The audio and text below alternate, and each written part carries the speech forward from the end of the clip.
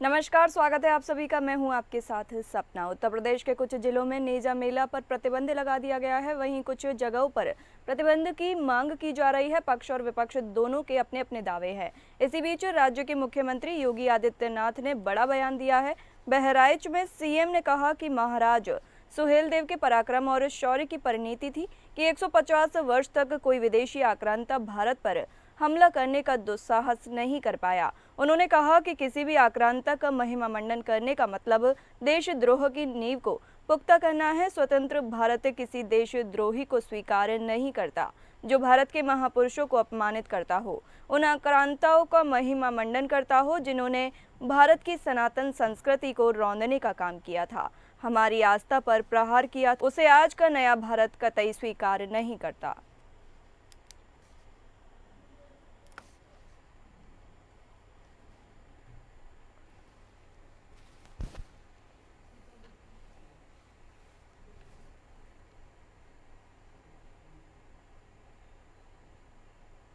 राजधानी लखनऊ के आलमबाग बस अड्डे से देर रात ऑटो से कमता के लिए निकली महिला को बदमाशों ने अगवा कर मार डाला। उनका शव मलिहाबाद के एक बाग में पड़ा मिला। पुलिस ने हत्या का केस दर्ज कर हत्यारों की तलाश शुरू कर दी है।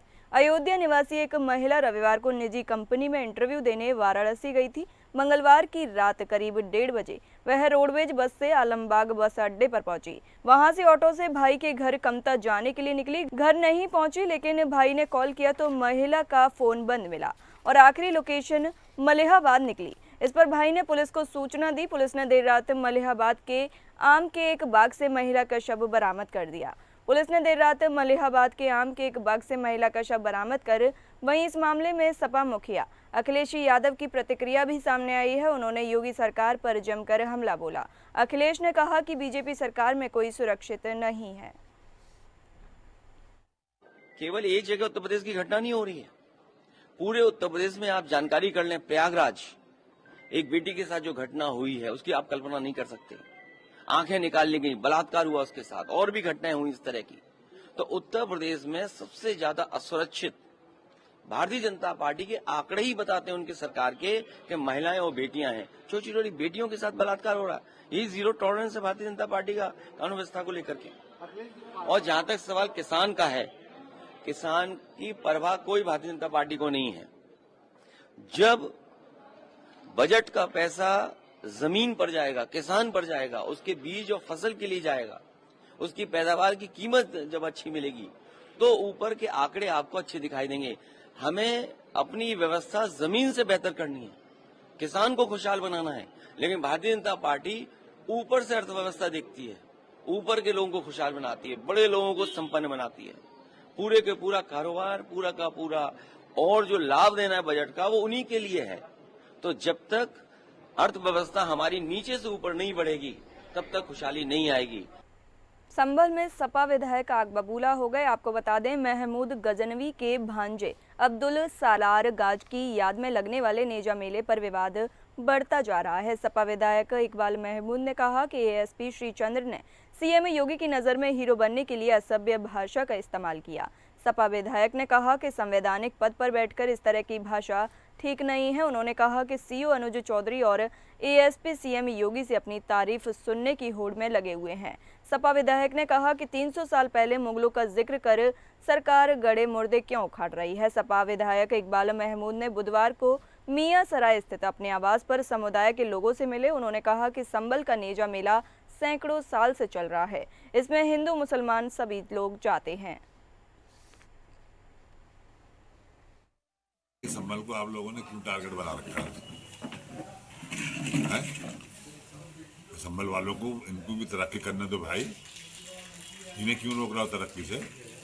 300 साल पहले हिंदुस्तान में क्या हुआ, हमें क्या मतलब? हम आज देख रहे हैं, हम अपने बच्चों को भविष्य को आज तलाश रहे हैं कि क्या होगा हमारे बच्चों का। और आप जो है पुराने उखाड़ उखाड़ के ला रहे हैं और यहाँ लड़ाई हो रही है इन बातों को। ये पुराना जो भी वो कर गए, पुराने जितने भी राजे महाराजे मुगल वो जो भी थे, जो अपने कर्मों ने अच्छे कर्म किए होंगे तो उनको वहाँ पर सजा या उनको अच्छी बातें मिल रही होंगी, उन्हें खुश हो रहे होंगे। उनके मंत्री तो संसद में गूंज रहा है, आपने भी संभल अच्छा नहीं हो रहा। ये तो सब चीजें जो है देश के अंदर जितनी मुख्य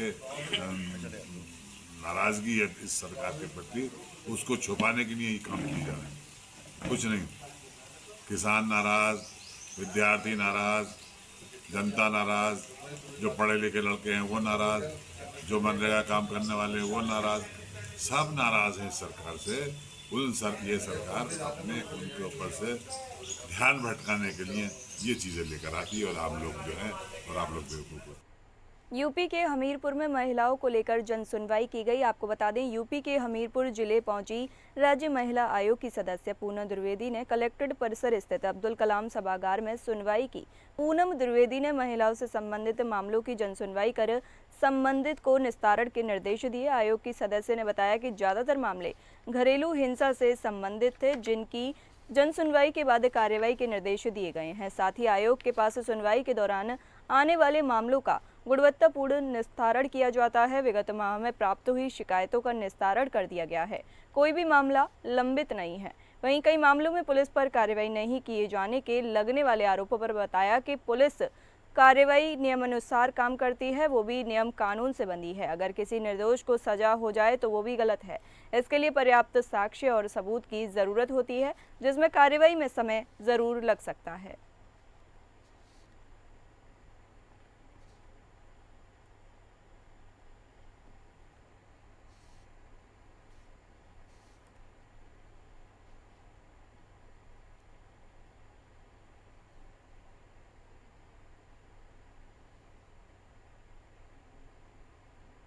यूपी के बस्ती में नकली पानी की फैक्ट्री का भंडाफोड़ हो गया। आपको बता दें, बस्ती जिले के खाद्य सुरक्षा विभाग की टीम ने बड़ी कार्रवाई करते हुए नकली पानी की फैक्ट्री का भंडाफोड़ किया है। ये पानी वैदिक और वैदिक प्लस के नाम से पैक कर बाजार में बेचा जा रहा था। छापेमारी के दौरान भारी मात्रा में नकली पानी की बोतलें बरामद की गई हैं, जिनकी अनुमानित कीमत लगभग 9 लाख रुपए बताई जा रही है। असली वैदिक ब्रांड के मालिक अदनान खान की शिकायत के बाद खाद्य सुरक्षा अधिकारियों ने यह छापेमारी की। छानबीन के दौरान आधे लीटर की 2577 पेटी और 1 लीटर की 1128 पेटी नकली पानी बोतल के साथ बरामद हुई। संत कबीर नगर निवासी अदनान खान की लिखित शिकायत के बाद बस्ती के पूर्व बीजेपी नगर पालिका अध्यक्ष अशोक गुप्ता के बेटे के गोदाम में यह छापेमारी की गई, जहां से बड़ी संख्या में नकली पानी की बोतलें बरामद हुई। वहीं खाद्य सुरक्षा विभाग के अधिकारी अनिल सिंह ने अब इस पूरे मामले में दोषियों पर कानूनी कार्रवाई करने का निर्देश दिया है।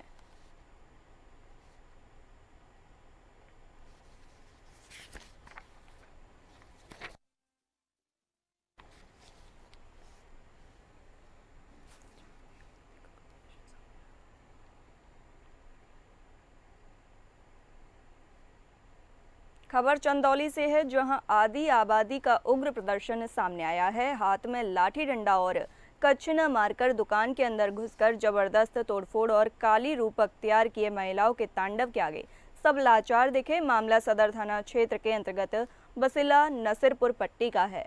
आपको बता दें कि काली का यह रौद्र रूप गांव में स्थित शराब की दुकान पर जमकर कहर बरपाया। मदिरा की दुकान में तोड़फोड़ की वारदात को अंजाम देने के साथ महिलाओं के झुंड ने शराब की पेटियों को सड़क पर फेंक दिया। साथ ही मदिरा की दुकान को बंद करने की मांग को लेकर चंदौली कैली मार्ग पर धरनारत हो उठी। हालांकि मौके पर पहुंची पुलिस विभाग की काफी मशक्कत और समझाने बुझाने के साथ ही मांग की तदर्थ कार्रवाई के आश्वासन के बाद आधी आबादी का तांडव शांत पड़ा।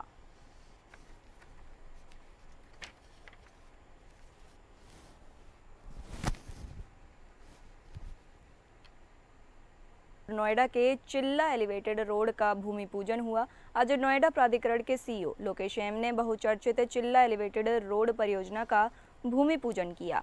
ये आयोजन इस परियोजना की आधिकारिक शुरुआत का प्रतीक है, जो कि नोएडा और दिल्ली के बीच यातायात को सुगम बनाने में महत्वपूर्ण भूमिका निभाएगा। इस अवसर पर प्राधिकरण के कई वरिष्ठ अधिकारी भी मौजूद थे, जिन्होंने इस परियोजना की महत्वता पर प्रकाश डाला। इस एलिवेटेड रोड की लागत लगभग 800 करोड़ रुपए है और इसकी लंबाई 6 किलोमीटर होगी। ये परियोजना 3 वर्षों में पूरी होने की उम्मीद है। ये रोड चिल्ला बॉर्डर से महामाया फ्लाईओवर तक बनेगा, जिससे यात्रियों को बेहतर यात्रा अनुभव मिलेगा। चिल्ला एलिवेटेड रोड का निर्माण नोएडा और दिल्ली के बीच यातायात को सुगम बनाने में सहायक होगा।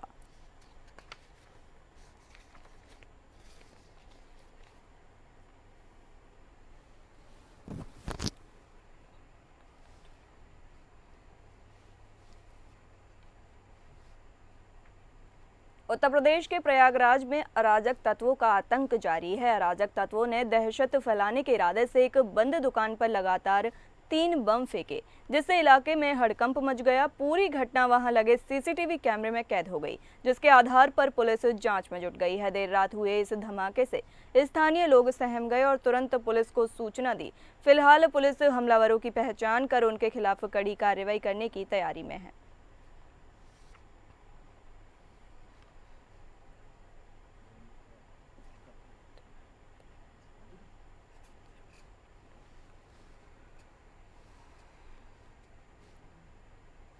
पीलीभीत में विदेश भेजने के नाम पर लाखों की ठगी की जा रही है। आपको बता दें, पीलीभीत जनपद में वर्तमान समय में विदेश भेजने के नाम पर कबूतरबाजों के द्वारा धोखाधड़ी करते हुए भोले भाले ग्रामीणों और नौजवानों लोगों से जमकर ठगी की जा रही है। ऐसा ही एक मामला पीलीभीत जनपद के थाना जहानाबाद क्षेत्र के ग्राम हरहरपुर हसन से प्रकाश में आया है, जहां के रहने वाले फैजान अहमद को कुवैत भेजने के नाम पर लाखों रुपए की ठगी कर ली गई है। वहीं आरोपियों ने फैजान अहमद को कुवैत न भेजकर कंबोडिया भेज दिया, जहां पर फैजान परेशान होकर वापस भारत अपने घर आ गया। इकरार अहमद ने पीलीभीत पुलिस अधीक्षक अविनाश पांडे को लिखित शिकायत पत्र देकर नामजद आरोपियों के खिलाफ मुकदमा दर्ज कर कानूनी कार्रवाई की मांग की है। वहीं पुलिस अधीक्षक अविनाश पांडे के निर्देश पर आरोपित के खिलाफ हररायपुर थाना अमरिया जनपद पीलीभीत के खिलाफ मुकदमा दर्ज कर लिया गया है।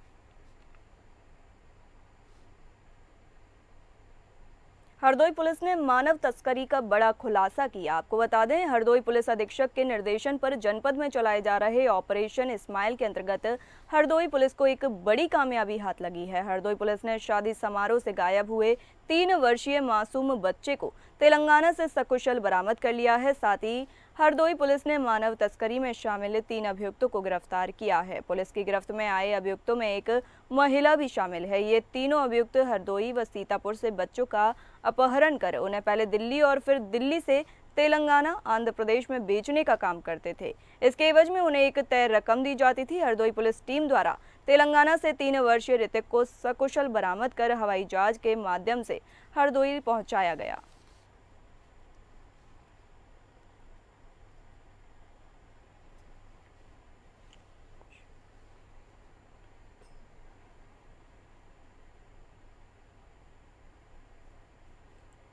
कुशीनगर में पुलिस के रवैये से लोग परेशान हैं। यूपी की कुशीनगर पुलिस का एक बार फिर अपने लापरवाही रवैया के चलते चर्चाओं में है।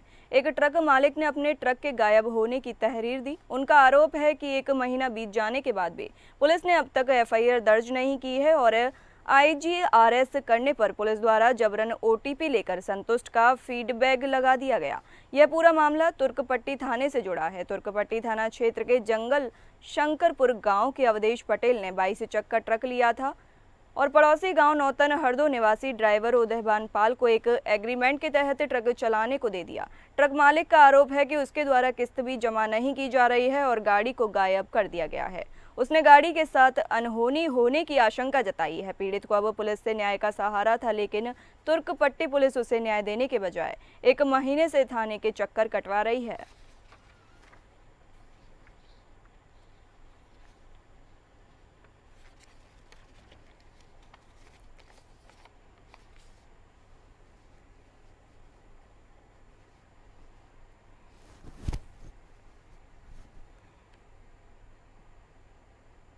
अंबेडकर नगर में पति पत्नी की अर्थी एक साथ उठ गई। अंबेडकर नगर जनपद के अलापुर तहसील के केदरूपुर गांव में एक साथ उठी पति और पत्नी की अर्थी तो पूरे गांव में मातम छा गया और मौजूद लोगों की आंखें नम हो गईं। पूरे गांव में जिधर भी नजर जाती उधर लोगों की भीगी आंखें और पसरा सन्नाटा ही दिखाई दे रहा था। हर कोई साथ पति पत्नी की उठी अर्थी से स्तंभ था, तो वहीं अपने पीछे 2 मासूमों को बेसहारा छोड़ गए पति पत्नी तो इस दुनिया से चले गए, लेकिन 2 मासूमों के सर से माता पिता का साया उठ गया। मामला जनपद के आलापुर तहसील से जुड़ा है। मृतक मनोज पाठक का पूरा परिवार हंसी खुशी से दिल्ली रहता था। हंसी खुशी से परिवार चल रहा था। होली को कौन जानता था। मृतक मनोज पाठक होली की छुट्टी में परिवार को दिल्ली में छोड़कर स्वयं घर चले आए। होली मनाने सब कुछ सही सलामत बीत गया। होली भी अपने परिवार के संग और अपनों के संग होली खेली, सब कुछ ठीक था। मृतक मनोज पाठक भी स्वस्थ थे। अचानक उनकी कुछ तबीयत खराब हो जाती है और देर रात में स्वास्थ्य बिगड़ जाता है। मृतक मनोज पाठक को हार्ट अटैक का दौरा पड़ता है और उनकी मृत्यु हो जाती है।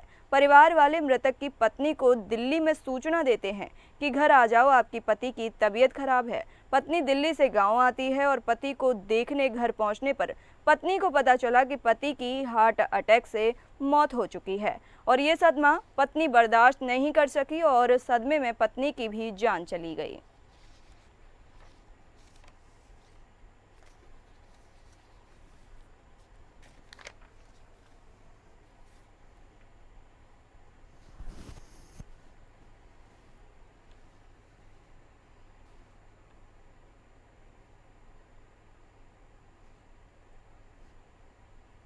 खबर सहारनपुर से है, जहां बेहट क्षेत्र की सरस्वती विहार कॉलोनी में एक व्यक्ति के शव मिलने से सनसनी फैल गई।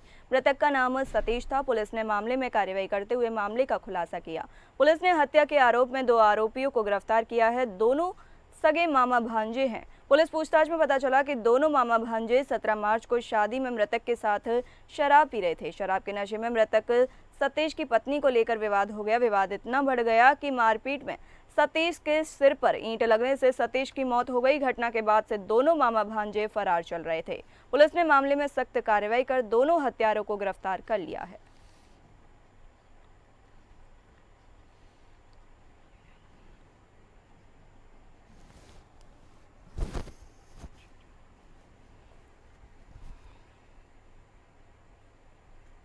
यूपी के जौनपुर में आईजी रेंज ने औचक निरीक्षण किया। आपको बता दें, खबर जौनपुर से है, जहां आईजी रेंज वाराणसी मोहित गुप्ता ने कलेक्ट्रेट परिसर स्थित पुलिस अधीक्षक कार्यालय के विभिन्न पटलों का निरीक्षण किया। इस दौरान उन्होंने साफ सफाई व्यवस्था को देखा। इस दौरान आईजी रेंज ने अधिकारियों के साथ बात कर कानून व्यवस्था को कायम रखने के निर्देश दिए। उन्होंने कानून व्यवस्था पर कहा कि दोपहर बाद सभी थानों के थाना अध्यक्ष लोगों के साथ बैठकर मीटिंग की जाएगी। निरीक्षण के दौरान पुलिस कार्यालय में लोग सक्रिय रहे और अफरा तफरी का माहौल बन गया। आपको बता दें, पुलिस अधीक्षक डॉक्टर कौस्तुभ सहित अन्य अधीनस्थ अधिकारियों द्वारा कार्यालय का निरीक्षण कराया गया।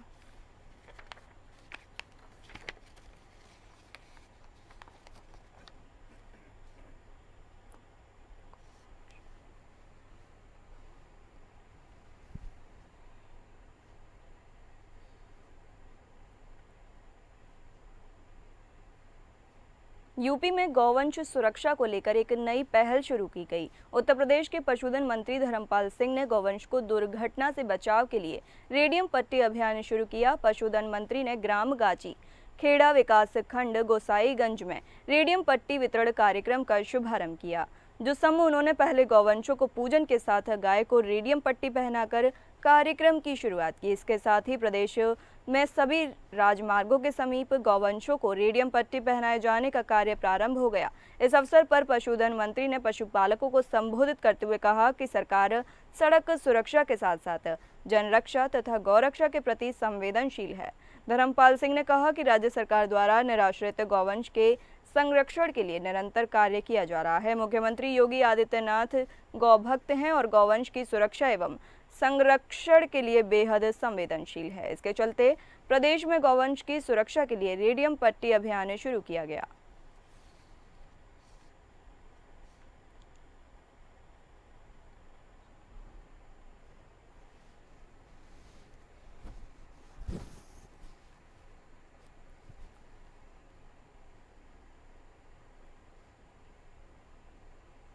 मुरादाबाद में 2 मासूमों पर जंगली कुत्तों ने हमला कर दिया। खबर मुरादाबाद के कुंदरपुर थाना इलाके के मोहम्मद जमापुर से है, जहां आवारा श्वानों के हमले से मासूमों की दर्दनाक मौत हो गई। मासूम बच्चे स्कूल से पढ़ाई कर घर लौट रहा था। इसी दौरान जंगली श्वानों ने बच्चे पर हमला बोल दिया। बच्चे पर एक श्वान नहीं बल्कि श्वानों के झुंड ने बच्चों को नोच नोच कर मार डाला। स्थानीय लोगों की सूचना पर पुलिस को घटना की जानकारी दी गई। सूचना पर पहुंची पुलिस ने मौके पर मासूम के परिजनों को बुलाया था। परिजनों की तलाश पर मासूम की लाश मिली। पुलिस ने शव को कब्जे में लेकर पोस्टमार्टम के लिए भेज दिया है।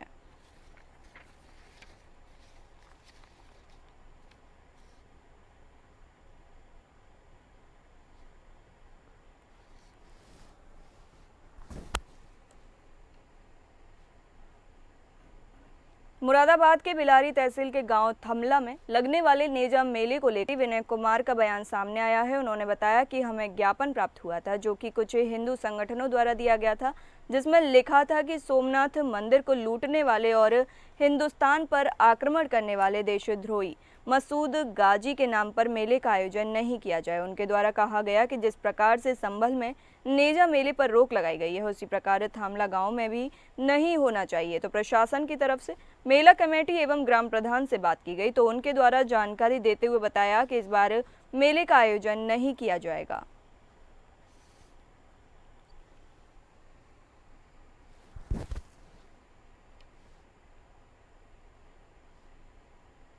मेरठ में सनसनीखेज मामला सामने आया है। आपको बता दें, जहां पत्नी ने अपने प्रेमी संग मिलकर अपने पति को मौत के घाट उतार दिया। मृतक का नाम सौरभ राजपूत है। सौरभ मर्चेंट नेवी का अफसर था। 2016 में सौरभ और मुस्कान ने लव मैरिज की थी। दोनों के 5 साल की बेटी पीहू भी है। काम के सिलसिले में सौरभ अक्सर विदेश में रहता था। सौरभ अपनी पत्नी के जन्मदिन पर 23 फरवरी को अपने घर आया था, लेकिन सौरभ की पत्नी ने अपने आशिक साहिल के साथ मिलकर पति को मौत के घाट ही उतार दिया। खाने में बेहोशी की दवा दे दी। सौरभ बेहोश हो गया तो दोनों ने उसके शरीर के 15 टुकड़े टुकड़े करके प्लास्टिक के ड्रम में डाला। सीमेंट का घोल बनाकर ड्रम भर दिया। इसके बाद ड्रम को सील करके प्रेमी साहिल शुक्ला के साथ मौज मस्ती और अय्याशी करने पहाड़ों में चली गईं। अय्याशी करके वापस लौटी मुस्कान ने अपनी मां को पति की हत्या के बारे में बताया। हत्यारे ने बेटी की करतूत सुनकर मां सन्न रह गई और उसने पुलिस को सूचना दी, जिसके बाद मुस्कान और उसके प्रेमी साहिल को गिरफ्तार किया गया। दोनों आरोपी पुलिस की गिरफ्त में हैं।